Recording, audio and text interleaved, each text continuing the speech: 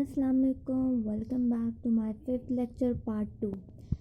इस लेक्चर में हम देखेंगे कि इंक्रीमेंट ऑपरेटर्स होते क्या हैं, इंक्रीमेंट ऑपरेटर्स को हम यूज़ क्यों करते हैं। ठीक है, इंक्रीमेंट ऑपरेटर्स को हम डिनोट करते हैं डबल प्लस से। ये इसके डिनोट करने का साइन है, सिंबल है। Increment operator is use to increase the value of a variable by 1। ये इंक्रीज़ करता है वेरिएबल की वैल्यू को 1 से। जो वेरिएबल की वैल्यू होगी उसमें वो 1 ऐड कर देता है, इसका मीन है ये इंक्रीमेंट कर देता है। It is denoted by the symbol plus plus, जैसे मैंने ऊपर बताया कि इसको डिनोट किया जाता है प्लस प्लस से। It is a unary operator, ये एक क्या है, हमारे पास यूनरी ऑपरेटर है and works with a single variable. Unary operator का मतलब ये होता है कि ये वर्क काम कर रहा होता है एक वेरिएबल के लिए, सिंगल वेरिएबल पे ये काम कर रहा होता है, सिंगल वेरिएबल के लिए काम कर रहा होता है। Increment operator can not increment the value of constant and expression. Increment operator जो है वो कभी भी वैल्यू को, कांस्टेंट और एक्सप्रेशंस की वैल्यूज़ को कभी भी इंक्रीमेंट नहीं करता, कभी भी नहीं बढ़ाता। कोई भी एक्सप्रेशन या कांस्टेंट होगी उनकी वैल्यूज़ को ये इंक्रीमेंट नहीं करेगा, ये सिर्फ वेरिएबल की वैल्यूज़ को इंक्रीमेंट करता है। इसके बाद हम कुछ एग्जांपल्स देख लेते हैं कि इंक्रीमेंट कैसे करता है और इंक्रीमेंट करने के तरीका क्या है। फॉर एग्जाम्पल, जैसे एग्जाम्पल है A plus plus and X plus plus plus are valid statements. A plus plus और एक्स प्लस प्लस क्या हैं, दोनों क्या वैलिड स्टेटमेंट्स हैं। लेकिन 10 plus plus is an invalid statement. वो क्यों? क्योंकि ए और एक्स क्या हो गए, वेरिएबल्स हैं, ये हमारे पास कांस्टेंट आ गया। तो यहाँ पे हमारे पास 10 प्लस प्लस क्या हो गया, एक इनवैलिड स्टेटमेंट हो गया। क्यों? क्योंकि 10 जो है हमारे पास कांस्टेंट है, तो इस वजह से ये कांस्टेंट की वैल्यू को इंक्रीमेंट नहीं करेगा। अच्छा, इसके बाद हम देखते हैं कि ये एक्सप्रेशंस को इंक्रीमेंट करता है कि नहीं करता। A plus B double plus और increment A plus B are also invalid statement. ये दोनों भी क्या है हमारे पास इनवैलिड स्टेटमेंट इसलिए हैं क्योंकि ये दोनों क्या है, एक्सप्रेशन है, और ऊपर हमने कहा भी था कि एक्सप्रेशन और कांस्टेंट की वैल्यूज़ को ये इंक्रीमेंट नहीं करता, ये सिर्फ इंक्रीमेंट करता है वेरिएबल की वैल्यूज़ को। इंक्रीमेंट ऑपरेटर जो होता है उसको यूज़ किया जाता है दो फॉर्म्स के अंदर, मतलब दो तरीक़ों से इंक्रीमेंट ऑपरेटर को हम इस्तेमाल करते हैं। The one is prefix and the other one is postfix. एक हमारे पास प्रीफिक्स हो गया और दूसरा हमारे पास क्या हो गया, पोस्टफिक्स हो गया। प्रीफिक्स फॉर्म क्या होता है, क्यों यूज़ करते हैं और कैसे यूज़ करते हैं। In prefix form, the increment operator is written before the variable as follow.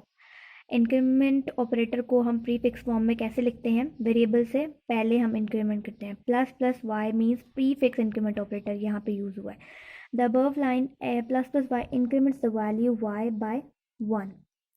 ये प्लस प्लस वाई जो है ये क्या करेगा, ये इंक्रीमेंट कर देगा वेरिएबल वाई की वैल्यू को। अगर वाई की वैल्यू पहले से 1 है तो इसमें ये 1 ऐड करके वाई की वैल्यू क्या दे देगा, 2 दे देगा, वाई इक्वल्स टू 2। इसके जैसे एक एग्जांपल है, B equals to plus plus A. जो भी ए की वैल्यू है वो उसे प्लस इंक्रीमेंट करेगा और वो स्टोर कर देगा बी में। इसके बाद हमारा सेकंड फॉर्म जो है इंक्रीमेंट ऑपरेटर की, वो पोस्ट फिक्स फॉर्म है। पोस्ट फिक्स फॉर्म में क्या करते हैं, in postfix form the increment operator is written after the variable as follow. Prefix में हम करते हैं इंक्रीमेंट पहले, वेरिएबल से पहले हम उसको यूज़ करते हैं, और पोस्ट फिक्स में हम वेरिएबल के बाद उसे इंक्रीमेंट कर रहे होते हैं। जैसे ये y प्लस प्लस आई तो ये पोस्ट फिक्स हो गया, वेरिएबल के बाद हम इसे इंक्रीमेंट करें। The above line also increments the value of variable by 1। अब ये एक्सप्रेशन नहीं है, ये एक वेरिएबल है, सिंगल वेरिएबल है, यूनरी ऑपरेटर है, दैट्स वाई इसकी वैल्यू को इंक्रीमेंट कर देगा, इंक्रीमेंट कर देगा। जैसे इसकी एक एग्जांपल है, for example b equals to A plus plus.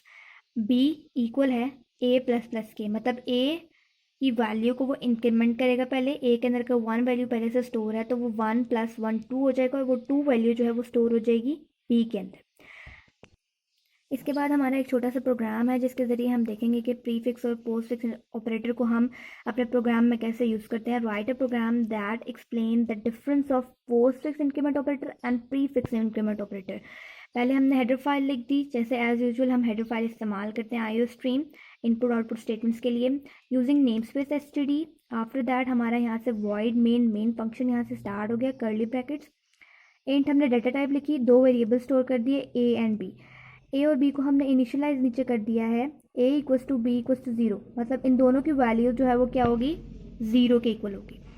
इसके बाद हम कर रहे हैं पोस्ट फिक्स इंक्रीमेंट ऑपरेटर। देखो हमने ए प्लस प्लस किया है, पोस्ट फिक्स बाद में हो रहा है, ये बाद में होगा, मतलब अगर ए के अंदर पहले वैल्यू जो थी वो 0 स्टोर थी, तो 0 + 1, तो ए के अंदर वैल्यू आ गई 1, तो वैल्यू 1 आ गई, तो वो b इक्वल्स टू ए की जो वैल्यू 1 है वो b के अंदर स्टोर हो जाएगी। इसके बाद हम सी आउट करा देंगे a इक्वल्स टू ए के अंदर जो वैल्यू आई थी 1, एंडल अगली लाइन पर चला जाएगा, और उसके बाद b इक्वल्स टू बी के अंदर वो b की वैल्यू स्टोर कर देगा, जो मैंने b के अंदर a की जो वैल्यू थी वो इक्वल आ गई थी b के, मतलब a की जो वैल्यू थी वो b के अंदर चली गई थी, तो यहाँ पे a इक्वल्स टू 1 आ गया, b इक्वल्स टू 1 आ गया। ये आज का लेक्चर था। होप आप लोग को समझ आ गया होगा अच्छे से कि पोस्ट फिक्स इंक्रीमेंट ऑपरेटर क्या होता है और प्री फिक्स इंक्रीमेंट ऑपरेटर क्या होता है। नेक्स्ट लेक्चर में हम देखेंगे कि पोस्ट फिक्स डिक्रीमेंट ऑपरेटर क्या होता है और प्री फिक्स डिक्रीमेंट ऑपरेटर क्या होता है। डिक्रीमेंट ऑपरेटर बेसिकली हम देखेंगे नेक्स्ट लेक्चर में। Thanks for watching the video, see you in the next video. Allah हाफिज़।